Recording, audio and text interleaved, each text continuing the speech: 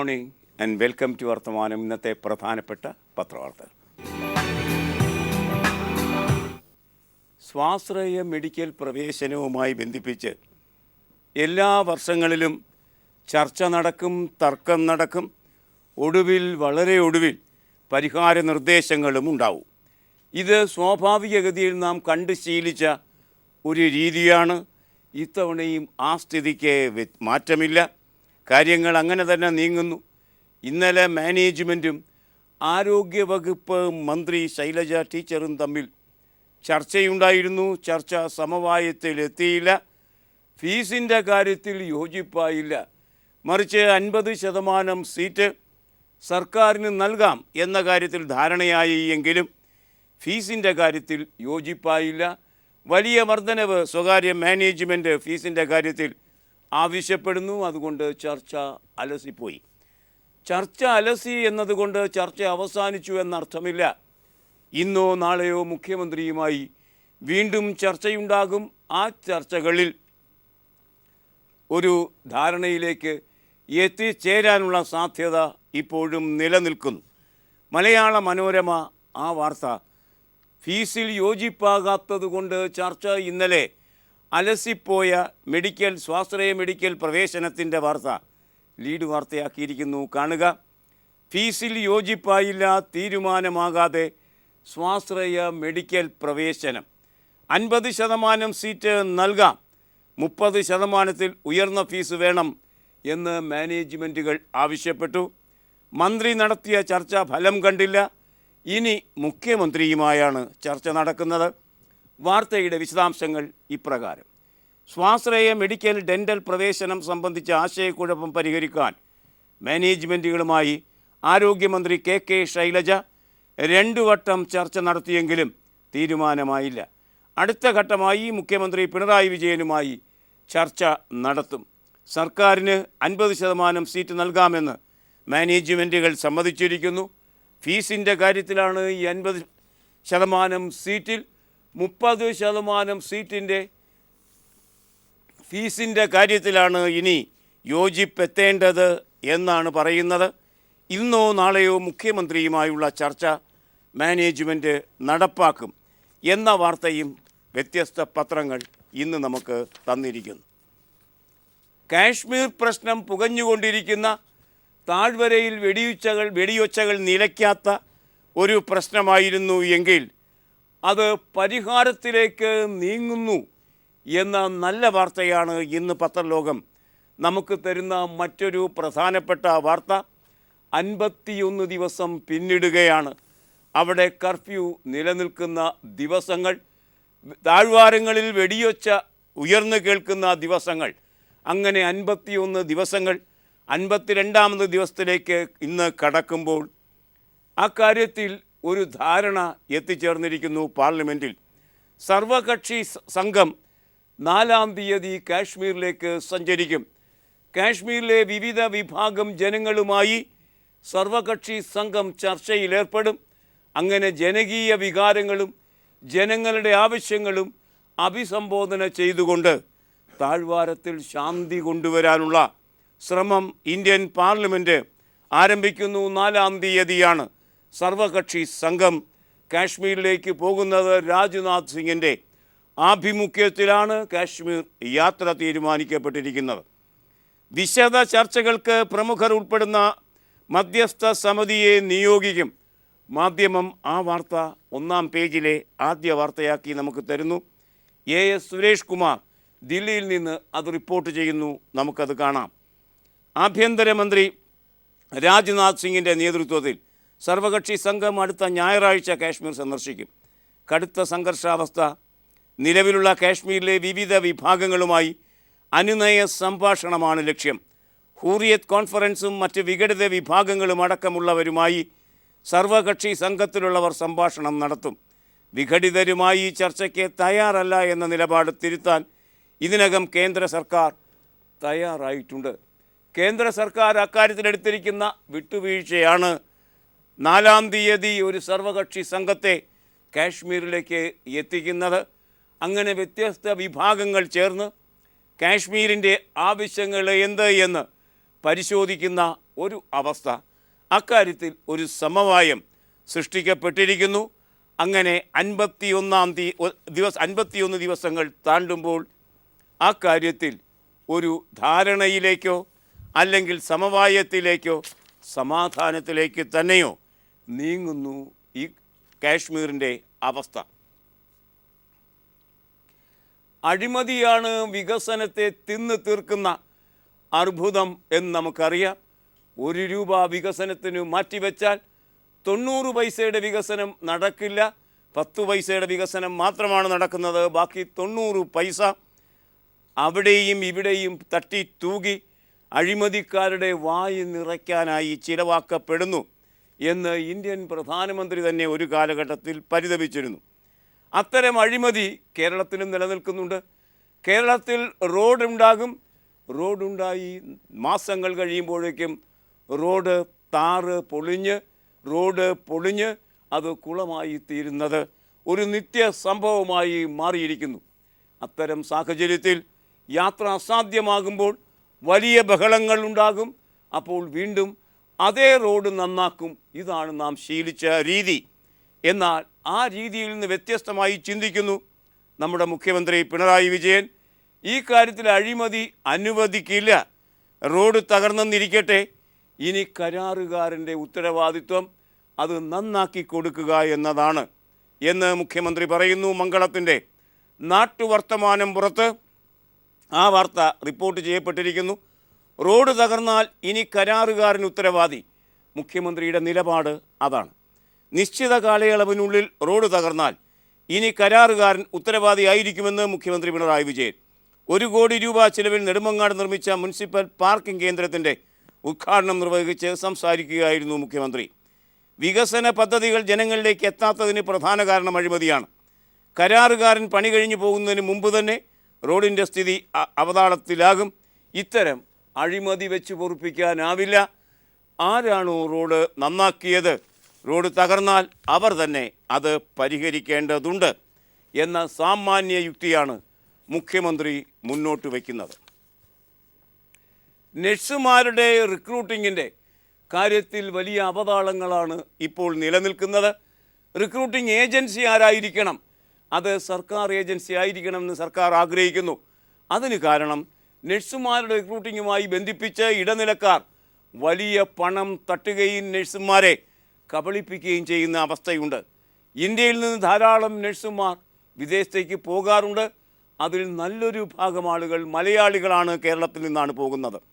അതുകൊണ്ട് കേരളത്തിൻ്റെ സമ്പദ്ഘടനയ്ക്ക് ഇങ്ങനെ പോകുന്ന നഴ്സുമാർ വലിയ പങ്കാണ് വഹിക്കുന്നത്. ആ അർത്ഥത്തിൽ കേരളത്തിന് ഇക്കാര്യത്തിൽ പ്രത്യേകിച്ച് താൽപ്പര്യവുമുണ്ട്.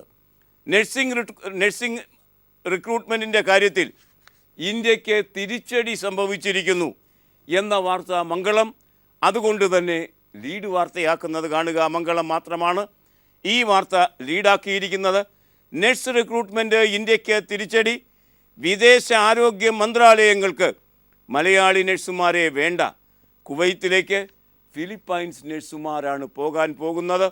അങ്ങനെ ഇന്ത്യക്കാർക്ക് ലഭിച്ചിരുന്ന, മലയാളിക്ക് ലഭിച്ചിരുന്ന പ്രത്യേക പരിഗണന അന്തർദേശീയ രംഗത്ത് നഴ്സുമാരുടെ റിക്രൂട്ട്മെൻറ്റിൻ്റെ കാര്യത്തിൽ നഷ്ടപ്പെടുന്നു എന്ന കാര്യമാണ് മംഗളം റിപ്പോർട്ട് ചെയ്യുന്നത്. മിഥുൻ പുല്ലുവഴി ആ വാർത്ത തരുന്നത് കാണുക.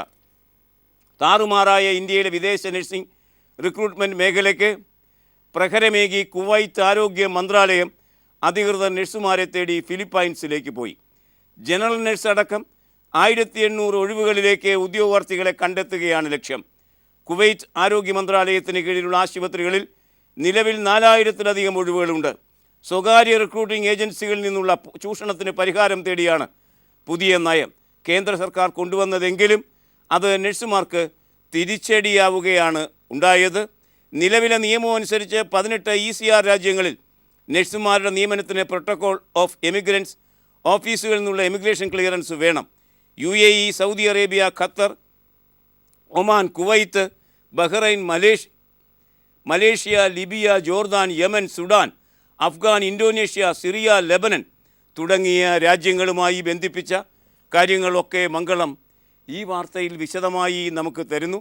ഏതായാലും മലയാളികളെ സംബന്ധിച്ച്, പ്രത്യേകിച്ച് മലയാളി നഴ്സുമാരെ സംബന്ധിച്ച് ജോലി കിട്ടണം വിദേശത്ത് ആഗ്രഹിക്കുന്നവരെ സംബന്ധിച്ച് വലിയ ബുദ്ധിമുട്ടുണ്ടാക്കുന്ന നിരാശയുണ്ടാക്കുന്ന ഒരു വാർത്തയാണ് ഇന്ന് മംഗളം ലീഡ് വാർത്തയാക്കി തന്നിരിക്കുന്നത്. ക്ഷേത്രങ്ങളെ ചുറ്റിപ്പറ്റിയാണ് RSSകാർ പ്രവർത്തിക്കുന്നത്. അവരുടെ ശാഖ നടക്കുന്നത് ക്ഷേത്രത്തിലാണ്. അതുമാതിരി തന്നെ അവരുടെ ചടങ്ങുകളും രീതികളുമൊക്കെ ക്ഷേത്ര പരിസരത്തെ ചുറ്റിപ്പറ്റിയാണ് നടത്തുന്നത്. അതുകൊണ്ട് തന്നെ ക്ഷേത്ര പരിസരത്തിൽ ഒതുങ്ങി നിൽക്കുന്നത് കൊണ്ട് ഒരു ജനകീയ പ്രസ്ഥാനമായി മാറാൻ വർഷങ്ങൾക്ക് ശേഷവും RSSനോ സംഘപരിവാരത്തിനോ ഇനി BJPക്ക് തന്നെയോ 50-60 വർഷത്തിൻ്റെ നിലനിൽപ്പിന് ശേഷവും കേരളത്തിൽ കഴിയാതെ പോകുന്നത് ഈ അമ്പലത്തെ ചുറ്റിപ്പറ്റി നടത്തുന്ന ചില ആയുധ പ്രയോഗങ്ങളോ ആരോഗ്യ പ്രയോഗങ്ങളോ ഒക്കെയാണ്. അതുകൊണ്ട് തന്നെ RSSകാർ ക്ഷേത്രങ്ങളെ ദുരുപയോഗം ചെയ്യുന്നുണ്ടോ എന്ന നിലയ്ക്ക് ആളുകൾ ആലോചിച്ചാൽ അക്കാര്യത്തിന് അവരെ കുറ്റപ്പെടുത്തിയിട്ട് കാര്യമില്ല. ഈ കാര്യങ്ങൾ ഇപ്പോൾ ഇവിടെ സംസാരിക്കേണ്ടി വരുന്നത് ക്ഷേത്രങ്ങളിൽ RSS ശാഖകൾ പ്രവർത്തിക്കുന്നുണ്ട്. ആ ശാഖകളുടെ പ്രവർത്തനം ഇനി കഴിയില്ല എന്ന് ദേവസ്വം മന്ത്രി കടകംപള്ളി സുരേന്ദ്രൻ പറഞ്ഞിരിക്കുന്നു. അത് ഗൗരവതരമായ പ്രത്യാഘാതങ്ങളാണ്, പ്രതിഫലനങ്ങളാണ് ഉളവാക്കിയിട്ടുള്ളത്. ദീർഘകാലമായി കേരളത്തിലെ ക്ഷേത്ര പരിസരത്ത് ശാഖകൾ നടത്തുന്നുണ്ട് RSSകാർ. അതിന് ആരാണ് അവർക്ക് അവകാശം നൽകിയത്? ദേവസ്വം ബോർഡിൻ്റെ ആഭിമുഖ്യത്തിലുള്ള ക്ഷേത്രങ്ങളുടെ മതിൽക്കെട്ടിനകത്ത് ഇങ്ങനെ ശാഖകൾ നടത്താനുള്ള അവകാശമോ അല്ലെങ്കിൽ പെർമിഷനോ ആരാണ് അവർക്ക് നൽകിയിട്ടുള്ളത്? അങ്ങനെ അന്വേഷിച്ചാൽ ആരും നൽകിയിട്ടുണ്ടാകില്ല. അത്തരമൊരു സാഹചര്യത്തിൽ ക്ഷേത്രങ്ങളിൽ RSS ശാഖ അനുവദിക്കില്ല എന്ന് ദേവസ്വം ബോർഡ് മന്ത്രിക്ക് പറയാനുള്ള അവകാശമുണ്ട്. അത്തരമൊരു സാഹചര്യത്തിലാണ് കടകംപള്ളി സുരേന്ദ്രൻ അത് പറഞ്ഞിരിക്കുന്നത്. വിവിധ കോണുകളിൽ നിന്ന് വ്യത്യസ്തങ്ങളായ പ്രതികരണങ്ങളാണ് ഈ നിലപാടിന് നിലപാടിനോട് അനുബന്ധിച്ച് വന്നിരിക്കുന്നത്. നമുക്ക് ആ വാർത്തയിലേക്ക് പോകാം. കാണുക. ദേവസ്വം ബോർഡിന് കീഴിലുള്ള ക്ഷേത്രങ്ങളിൽ RSS ഉൾപ്പെടെയുള്ള സംഘടനകൾ നടത്തിവരുന്ന അനധികൃത പ്രവർത്തനങ്ങൾ തുടരാൻ അനുവദിക്കില്ല എന്ന് ദേവസ്വം മന്ത്രി കടകംപള്ളി സുരേന്ദ്രൻ വ്യക്തമാക്കി. ഇത് സംബന്ധിച്ച് നിരവധി പരാതികളാണ് ദിവസേന ലഭിക്കുന്നതെന്നും ഈ സാഹചര്യത്തിൽ പൊതുസമൂഹത്തിൽ നിലനിൽക്കുന്ന ആശങ്കകൾ അകറ്റേണ്ടതുണ്ട് എന്നും മന്ത്രി ഫേസ്ബുക്ക് പോസ്റ്റിൽ പറഞ്ഞു. വിശ്വാസികളെ അകറ്റി ക്ഷേത്രങ്ങൾ ആയുധപ്പുരകളാക്കാനാണ് RSS ശ്രമം. എല്ലാ മതവിശ്വാസികൾക്കും ആരാധനാ സൗകര്യം ഒരുക്കും ദേവസ്വം ബോർഡ്, അതിൻ്റെ മന്ത്രി എന്നാണ് കടകംപള്ളി സുരേന്ദ്രൻ പറഞ്ഞിരിക്കുന്നത്. ഈ സമീപനത്തെ മുൻനിർത്തി ഇനി പ്രാർത്ഥനയും അതുപോലെ തന്നെ മറ്റ് ചടങ്ങുകളും അമ്പലത്തിൽ അനുവദിക്കുകയില്ലേ മന്ത്രി എന്ന് ചോദിച്ചിരിക്കുന്നു കുമ്മനം രാജശേഖരൻ. ആ നിലയ്ക്ക് വലിയ പ്രതികരണങ്ങൾ ഉളവാക്കിയിരിക്കുന്നു ഈ വാർത്ത. ഒരുപക്ഷെ കേരള രാഷ്ട്രീയത്തിൽ കുറേ ദിവസം ചർച്ച ചെയ്യപ്പെടാൻ ഇടയുള്ള ഒരു വാർത്തയാണിത്. ഇതുമായി ബന്ധിപ്പിച്ച് പരാതികൾ ലഭിച്ചിട്ടുണ്ട് എന്നാണ് മന്ത്രി പറയുന്നത്. അങ്ങനെ പരാതി ലഭിച്ചിട്ടുണ്ട് എങ്കിൽ മറ്റ് അവകാശമൊന്നും ക്ഷേത്ര വളപ്പിൽ ശാഖ നടത്താൻ RSSകാർക്കില്ല. അവർ സ്വകാര്യമായി മറ്റ് സ്ഥലങ്ങളിലേക്ക്, സ്വകാര്യ സ്വത്ത് എന്ന് പറയാവുന്ന ഇടങ്ങളിലേക്ക് ഈ ശാഖകൾ മാറ്റി സ്ഥാപിക്കേണ്ടി വരും. അത് എപ്രകാരമാണ് എന്ന് കണ്ടറിയണം. പശ്ചിമ ബംഗാൾ പറഞ്ഞും ശീലിച്ചും നമുക്ക് വളരെ അടുപ്പം തോന്നുന്ന ഒരു ഇന്ത്യൻ സംസ്ഥാനമാണ്. പ്രത്യേകിച്ച് കേരളത്തിന് പശ്ചിമ ബംഗാൾ എന്നാണ് നാം പറയുന്നത്. കാരണം ഒരു പൂർവ്വ ബംഗാൾ അപ്പുറത്തുണ്ട്. വിഭജിച്ചു പോയ ബംഗ്ലാദേശ് ഇന്ന് നാം വ്യവഹരിക്കുന്ന പൂർവ്വ ബംഗാൾ അപ്പുറത്തുണ്ട്. അതുകൊണ്ടാണ് നാം ഇതിന് പശ്ചിമ ബംഗാൾ എന്ന് വിളിച്ചുകൊണ്ടിരിക്കുന്നത്.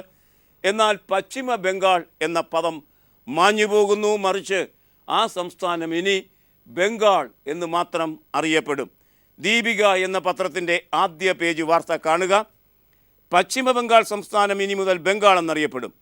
പേരുമാറ്റത്തിന് പ്രമേയം നിയമസഭ ഇന്നലെ പാസ്സാക്കി. ബംഗാളിയിൽ ബംഗ്ല, ഇംഗ്ലീഷിൽ ബംഗാൾ, ഹിന്ദിയിൽ ബംഗൾ എന്നീ പേരുകളിലാണ് സംസ്ഥാനം ഇനി അറിയപ്പെടുക എന്ന് പറഞ്ഞാൽ കേരളത്തിൽ അത് വ്യവഹരിക്കപ്പെടുന്നത് ബംഗാൾ എന്ന പദം ആയിരിക്കും. പശ്ചിമം എന്ന പദം ഇനി അതിനൊപ്പം ഉണ്ടായിരിക്കുന്നതല്ല.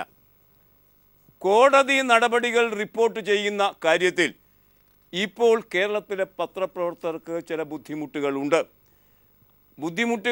എന്ന് പറഞ്ഞാൽ റിപ്പോർട്ട് ചെയ്യാൻ അവിടെ ചെന്നാൽ ആരോഗ്യത്തിന് ക്ഷതം സംഭവിക്കുന്ന അവസ്ഥ നിലനിൽക്കുന്നുണ്ടോ ഇല്ലയോ എന്നതല്ല, അത് അത്തരമൊരു ആശങ്ക പത്രപ്രവർത്തകരുടെ ഇടയിൽ ഇപ്പോൾ നിലനിൽക്കുന്നു എന്നതൊരു യാഥാർത്ഥ്യമാണ്. ആ സാഹചര്യത്തിൽ കോടതി നടപടികൾ റിപ്പോർട്ട് ചെയ്യുക എന്നത് പത്രപ്രവർത്തന രംഗത്തിൻ്റെ ഒരു അവകാശമാണ്. അത് തടയാൻ ആർക്കും കഴിയുകയില്ല എന്ന് ഏറ്റവും ഉന്നതമായ കോടതി, സുപ്രീം കോടതി തന്നെ നിലപാടെടുത്തിരിക്കുന്നു. പത്രപ്രവർത്തകരെ സംബന്ധിച്ചിടത്തോളം, കേരളത്തിലെ പത്രപ്രവർത്തകരെ സംബന്ധിച്ചിടത്തോളം ആഹ്ലാദദായകമായ ആ വാർത്ത എല്ലാ പത്രങ്ങളും റിപ്പോർട്ട് ചെയ്തിരിക്കുന്നു. ദീപിക അത് ഒന്നാം പുറത്ത് റിപ്പോർട്ട് ചെയ്തിരിക്കുന്നു.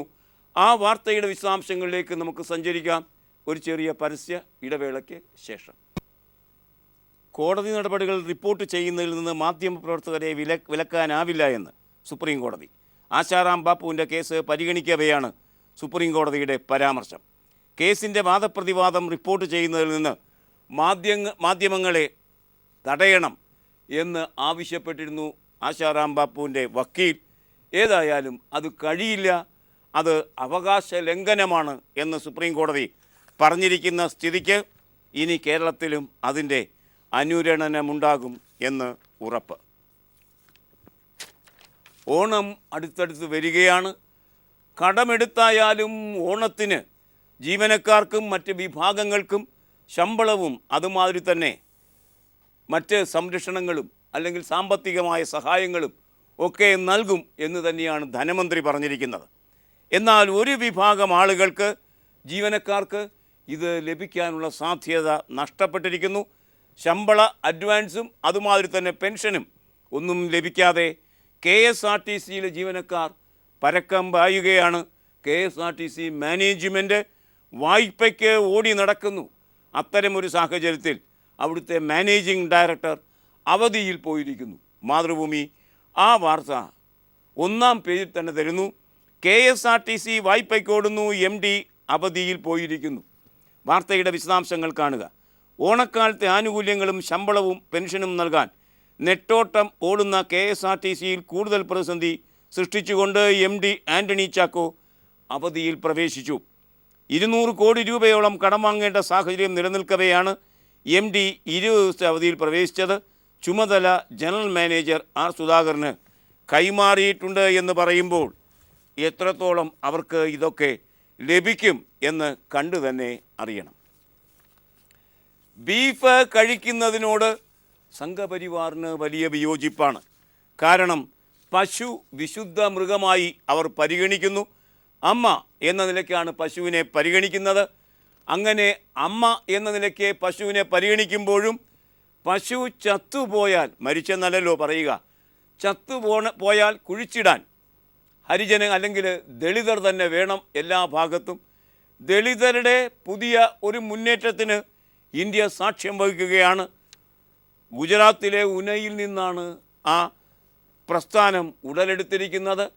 ആ പ്രസ്ഥാനം പറയുന്നത് കന്നുകാലികൾ അഥവാ പശുക്കൾ നിങ്ങളുടെ അമ്മയായിരിക്കാം, പക്ഷേ അമ്മയെ കുഴിച്ചിടാൻ ഇനി ഞങ്ങളോട് പറയരുത്. ആ അർത്ഥത്തിൽ പശുവിനെ കുഴിച്ചിടൽ എന്നത് ഉത്തരേന്ത്യയിൽ ദളിതുകളുടെ ഒരു ജോലിയാണ്. ആ ജോലി ചെയ്യാൻ, അതുമാതിരി മലം ചുമക്കുക എന്നൊരു ജോലിയാണ്. അതൊന്നും ചെയ്യാൻ ഞങ്ങളെ ഇനി കിട്ടില്ല എന്ന് പുതിയ സംഘബോധത്തിൻ്റെ പശ്ചാത്തലത്തിൽ ദളിതുകൾ ഉനയിൽ നിന്ന് പ്രഖ്യാപിക്കുമ്പോൾ, ഗുജറാത്തിലെ ഉനയിൽ നിന്ന് പ്രഖ്യാപിക്കുമ്പോൾ അത് പുതിയ ഒരു സ്വാതന്ത്ര്യ സമരത്തിൻ്റെ പ്രഖ്യാപനമായി മാറിത്തീർന്ന ഒരു സാഹചര്യം ഇപ്പോൾ സംജാതമായിട്ടുണ്ട്. അതുകൊണ്ടും തീർന്നില്ല. ബീഫ് കഴിക്കരുത് എന്ന് സംഘപരിവാർ പറയുമ്പോൾ, കഴിക്കാൻ ആരെങ്കിലും ശ്രമിച്ചാൽ അവരെ അടിക്കുമ്പോൾ, അതുമാത്രമല്ല ബീഫ് സൂക്ഷിച്ചതിൻ്റെ പേരിൽ അഖലാഖ് എന്ന മുസൽമാനെ വീട്ടിനുള്ളിൽ കയറി അടിച്ചു കൊല്ലുമ്പോൾ, ഇതൊക്കെ നടക്കുമ്പോൾ ഒരു BJP MP ബീഫ് കഴിച്ചാലേ നമുക്ക് കായിക രംഗങ്ങളിൽ പിടിച്ചു നിൽക്കാനും ജയിക്കാനും കഴിയൂ എന്ന തൻ്റെ അഭിപ്രായം ട്വീറ്റ് ചെയ്തിരിക്കുന്ന കൗതുകകരമായ വാർത്ത ഇന്ന് പത്രലോകം നമുക്ക് തന്നിരിക്കുന്നു. സിറാജ് എന്ന പത്രം അവസാന പുറത്ത് ആ വാർത്ത തരുന്നു, കാണുക. കായിക താരങ്ങളോട് ബീഫ് കഴിക്കാൻ നിർദ്ദേശിച്ച് BJP MPയുടെ ട്വീറ്റ്. ബീഫ് കഴിക്കുന്നത് കൊണ്ടാണ് ഉസൈൻ ബോൾട്ടിന് സ്വർണ്ണ മെഡലുകൾ നേടാൻ കഴിയുന്നത് എന്നും ഈ എം പി പറഞ്ഞിരിക്കുന്നു. എം പിയുടെ ചിത്രമടക്കം ആ വാർത്ത സിറാജ് തരുന്നു. വാർത്ത ഇങ്ങനെ: രാജ്യത്തെ കായിക താരങ്ങളോട് ബീഫ് കഴിക്കാൻ നിർദ്ദേശിച്ച് BJP എം പിയുടെ ട്വീറ്റ്. ഒളിമ്പിക്സിൽ സ്വർണം നേടാൻ ബീഫ് കഴിക്കണമെന്നാണ് BJP M P Udit Raj Indian കായിക താരങ്ങളോട് ഉപദേശിച്ചിരിക്കുന്നത് എന്ന് പറയുമ്പോൾ BJPയിൽ എത്ര നാൾ ഈ ഉദിത് രാജിന് തുടരാൻ കഴിയും എന്ന തർക്കം തുടരാൻ കഴിയുന്നു എന്നത് പോകട്ടെ, BJPയുടെ എം പി എന്ന നിലയ്ക്ക് എത്ര നാൾ ജീവനോടെ ഇരിക്കാൻ കഴിയും എന്നൊക്കെ സംശയിക്കേണ്ട ഒരു സാഹചര്യമാണ് ഇപ്പോൾ നിലനിൽക്കുന്നത്. ശശി തരൂരിനെ സംബന്ധിച്ച് വിവാദ സ്വഭാവത്തോടു കൂടിയ ഒരു വാർത്ത ഇന്ന് ജന്മഭൂമി 1-ാം പേജ് നമുക്ക് തരുന്നു.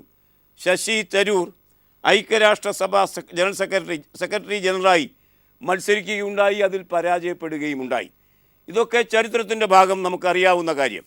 എന്നാൽ അങ്ങനെ മത്സരിച്ച് പരാജയപ്പെട്ടതിന് ശേഷവും അദ്ദേഹം ഐക്യരാഷ്ട്രസഭയുടെ ലാവണത്തിൽ തന്നെ അടിഞ്ഞുകൂടാൻ ശ്രമിച്ചിരുന്നു അത്രേ.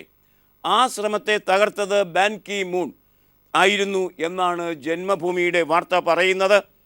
ഒരു പുസ്തകത്തിൽ ഈ അടുത്ത കാലത്ത് ഇന്നലെ പുറത്തേക്കിറക്കിയ റിലീസ് ചെയ്യപ്പെട്ട ഒരു പുസ്തകത്തിലാണ് ഈ കാര്യങ്ങൾ പറഞ്ഞിരിക്കുന്നത് എന്ന് ജന്മഭൂമി പറയുന്നു. ജന്മഭൂമിയുടെ ആ വാർത്തയിലേക്ക്, ശശി തരൂരിനെ എതിർക്കേണ്ടി വരുന്ന ആ വാർത്തയിലേക്ക് നമുക്ക് സഞ്ചരിക്കാം മറ്റൊരു ചെറിയ പരസ്യ ഇടവേളയ്ക്ക് ശേഷം. തരൂരിനെ ബാൻ കി മൂൺ പുറത്താക്കുകയായിരുന്നു എന്നാണ് ജന്മഭൂമി നിരീക്ഷിക്കുന്നത്. രാമചന്ദ്രൻ ആ വാർത്ത റിപ്പോർട്ട് ചെയ്യുന്നത് കാണുക. ബാൻ കി മൂണിനോട് ഐക്യരാഷ്ട്രസഭ സെക്രട്ടറി ജനറൽ സ്ഥാനത്തേക്ക് തോറ്റ ശേഷവും UN കസേരയിൽ അള്ളിപ്പിടിച്ചിരുന്ന ശശി തരൂരിനെ ബാൻ കി മൂൺ തൂക്കിയെടുത്ത് പുറത്താക്കുകയായിരുന്നു. സിംഗപ്പൂരിലെ സ്ട്രെയ്റ്റ് ടൈംസ് പത്രത്തിൻ്റെ global affairs editor Ravi Velloor എഴുതിയ India Rising Fresh Hopes New Fears എന്ന പുസ്തകത്തിലാണ് ഈ വെളിപ്പെടുത്തൽ. എല്ലാവരുടെയും ചിത്രമടക്കമാണ് ഈ വാർത്ത ജന്മഭൂമി 1-ാം പുറം വാർത്തയാക്കി ഇന്ന് നമുക്ക് തന്നിരിക്കുന്നത്. കരുണാകരനെ പുറത്താക്കിയ പഴയ ലീഡർ കരുണാകരനെ പുറത്താക്കിയ ഇതാരായിരുന്നു? പുറത്താക്കുക മാത്രമല്ല, അടുത്ത തെരഞ്ഞെടുപ്പിൽ അദ്ദേഹത്തെ തോറ്റ് തൊപ്പിയിടിയിച്ചതും ആരായിരുന്നു? അതേ സംബന്ധിച്ചൊരു പുതിയ വെളിവാക്കൽ വന്നിരിക്കുന്നു. കരുണാകരൻ്റെ പുത്രൻ K മുരളീധരൻ എന്ന കോൺഗ്രസ് നേതാവാണ് അത് വെളിവാക്കിയത് എന്നതും കൗതുകകരമാണ്. മാധ്യമപത്രം കേരളീയം പേജിൽ ആ വാർത്ത തരുന്നു കാണുക. കരുണാകരനെ പുറത്താക്കാൻ അന്നത്തെ കോൺഗ്രസ് പ്രധാനമന്ത്രി നരസിംഹറാവു ചാരക്കേസ് ആയുധമാക്കുകയായിരുന്നു എന്ന് K മുരളീധരൻ. നരസിംഹറാവുവിനെ പല ആൾക്കാരും അക്കാര്യത്തിലൂടെ സഹായിച്ചിട്ടുണ്ട്. ചാരക്കേസ് ഒരായുധമാക്കി കരുണാകരനെ പുറത്താക്കി എന്നു മാത്രമല്ല, അതിനുശേഷം വന്ന തെരഞ്ഞെടുപ്പിൽ അദ്ദേഹത്തെ തോൽപ്പിക്കുകയും കൂടി ചെയ്തു നരസിംഹറാവുവിൻ്റെ നിലപാടുകൾ എന്നാണ് മുരളീധരൻ പറയുന്നത്. അങ്ങനെ നരസിംഹറാവുവിനെ പിടിക്കുന്നത് വഴി ഇവിടെയുള്ള നേതാക്കളെ രക്ഷപ്പെടുത്താൻ മുരളീധരന് കഴിയും. നരസിംഹറാവുവിന് എന്തായാലും അദ്ദേഹത്തിൻ്റെ ആ കാര്യത്തിലുള്ള അഭിപ്രായം ഇനി രേഖപ്പെടുത്താനും ആകില്ലല്ലോ. ഇനി ഇന്നത്തെ മുഖപ്രസംഗം. കറുകുറ്റി റെയിൽവേ അപകടത്തെ മുൻനിർത്തി ഇന്ന് മുഖപ്രസംഗങ്ങൾ പല പത്രങ്ങളും എഴുതിയിട്ടുണ്ട്. ദേശാഭിമാനി കാണുക, മനുഷ്യജീവൻ കൊണ്ട് പന്താടരുത് എന്ന ശീർഷകത്തിൽ ആ അപകടവുമായി ബന്ധിപ്പിച്ച് ദേശാഭിമാനി പറയുന്നു. അതിങ്ങനെ: കറുകുറ്റിയിൽ തിരുവനന്തപുരം മാംഗ്ലൂർ എക്സ്പ്രസ് പാളം തെറ്റിയത് സുരക്ഷാ വീഴ്ച മൂലമാണെന്ന് തെളിഞ്ഞിട്ടുണ്ട്. ഒരു ഉദ്യോഗസ്ഥനെ സസ്പെൻഡ് ചെയ്തിട്ടുമുണ്ട്. കേടായ പാളം അറ്റകുറ്റപ്പണി നടത്തിയതിലെ അപാകമാണ് അപകടത്തിലേക്ക് നയിച്ചത്. വിചിത്രമായ കാര്യങ്ങളാണ് പുറത്തു വരുന്നത്. റെയിൽവേയുടെ പ്രത്യേക മെഷീൻ ഉപയോഗിച്ച് നടത്തിയ പരിശോധനയിൽ പാളത്തിൽ വിള്ളൽ കണ്ടെത്തിയിരുന്നു. ആ ഭാഗം മുറിച്ചുമാറ്റി വെൽഡ് ചെയ്ത് കൂട്ടിച്ചേർക്കുകയാണ് വേണ്ടത്. അതിനു പകരം 2 വശങ്ങളിലും സ്റ്റീൽ പ്ലേറ്റ് ഇട്ട് മുറുക്കുകയാണത്രേ ചെയ്തത്. അതാണ് അപകട കാരണം. അത് ഒരു അനാസ്ഥയാണ്. അതുകൊണ്ടും തീർന്നില്ല ഈ മുഖപ്രസംഗം പറയുന്നത് കാണുക. ജീവനക്കാരുടെ എണ്ണം കുറച്ച് തുമ്പിയെക്കൊണ്ട് കല്ലെടുപ്പിക്കുന്ന ശൈലി റെയിൽവേ അവസാനിപ്പിക്കണം. ആവശ്യമായ ഇടങ്ങളിലെല്ലാം നിയമനം നടത്തണം. പഴയ ബോഗികൾ സമയപരിധി നിശ്ചയിച്ച് മാറ്റണം. പാളങ്ങളും പാലങ്ങളും തുടർച്ചയായ ശാസ്ത്രീയ നിരീക്ഷണത്തിലാക്കണം. മരണസംഖ്യ കൊണ്ട് ശ്രദ്ധയാകർഷിക്കുന്നത് മാത്രമല്ല അപകടങ്ങൾ, നിസ്സാരമെന്ന് തോന്നുന്ന സാങ്കേതിക പ്രശ്നങ്ങൾ പോലും വൻ ദുരന്തത്തിന് കാരണമാകും എന്ന ബോധമാണ് റെയിൽവേക്ക് വേണ്ടത് ഈ അപകടത്തിൻ്റെ പശ്ചാത്തലത്തിൽ എന്ന് ദേശാഭിമാനി നിരീക്ഷിക്കുന്നു. ഇനി ഇന്നത്തെ ചിത്രം. 51 ദിവസം നീണ്ടുനിന്ന കർഫ്യൂ ഒട്ടുമിക്കവാറും കാശ്മീരിൽ പിൻവലിച്ചു കഴിഞ്ഞു. സർവകക്ഷി സംഘം 4-ാം തീയതി അങ്ങോട്ടേക്ക് പോകുന്നു. എന്നാൽ പ്രക്ഷോഭം ശമിക്കുന്നുണ്ടോ അവിടെ? ഈ ചിത്രം കാണുക. ഇന്നലെയും അവിടെ കല്ലേറ് നടന്നു. ആ കല്ലേറിനെ നേരിടാൻ, അതിൻ്റെ ചിത്രമാണ് നിങ്ങൾ കാണുന്നത്, ആ കല്ലേറിനെ നേരിടാൻ സുരക്ഷാ സേന കാറ്റപ്പോൾട്ട് ഉപയോഗിക്കുന്ന ദൃശ്യം AFP പകർത്തി ദി ന്യൂ ഇന്ത്യൻ എക്സ്പ്രസ് 1-ാം പേജിൽ നിന്ന് തന്നിരിക്കുന്നു. ഈ ചിത്രത്തോടെ അവസാനിക്കാത്ത പോരാട്ടത്തിൻ്റെ ഈ ദൃശ്യത്തോടെ ഇന്നത്തെ വർത്തമാനം ഇവിടെ സമാപിക്കുകയാണ്. Nice day. Good by.